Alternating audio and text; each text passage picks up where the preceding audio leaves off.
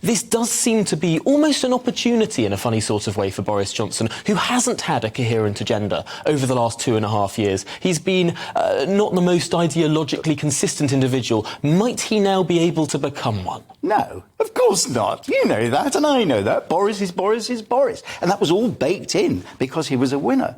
But he's not perceived as a winner now, because you look at the polls. I mean, the polls are serious for the Red Wars. I wouldn't worry too much about them. They were the cherries on the top of the cake. People who are really worried are in the south of England, where the Liberal Democrats are number 2. Those are the sort of people he's got to try and win round to show, I can win, I can be trusted. It's a tricky one. It is a tricky one, but I wonder if he can turn around the economy. And we also remember that famous phrase from the 1992 US election, it's the economy, stupid. Yeah. If things can turn around, if people can feel richer by 2 years, and perhaps a reform agenda that deals with the cost of childcare, of housing, of income tax, if that can get there, could Boris Johnson actually find a way, as he has been described by so many people over so many years, as the greased piglet he is? Can he squeak out of this one?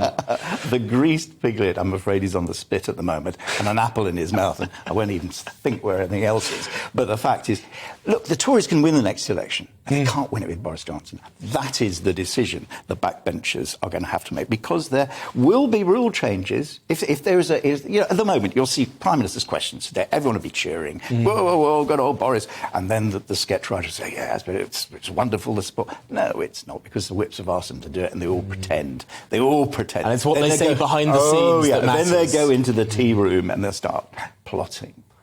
Yeah. And where do you think that plotting is going to lead? Just finally, in this conversation, at what point might the 1922 exec change those rules? When is the next moment of danger for the Prime Minister? The next moment of danger is probably the by-elections, but it's not the biggest, because they've been baked in. What happens on the Select Committee for Privileges, if they come to the conclusion that he has broken the ministerial code, that he has lied to Parliament, then there are difficulties there. But of course, how is he going to address a party conference? You've got 41% of his MPs who are against him. Far worse position than John Major. It's going to be a fascinating few months. Jerry Hayes, thank you so much for talking through those issues with us there. Really appreciate your time this morning.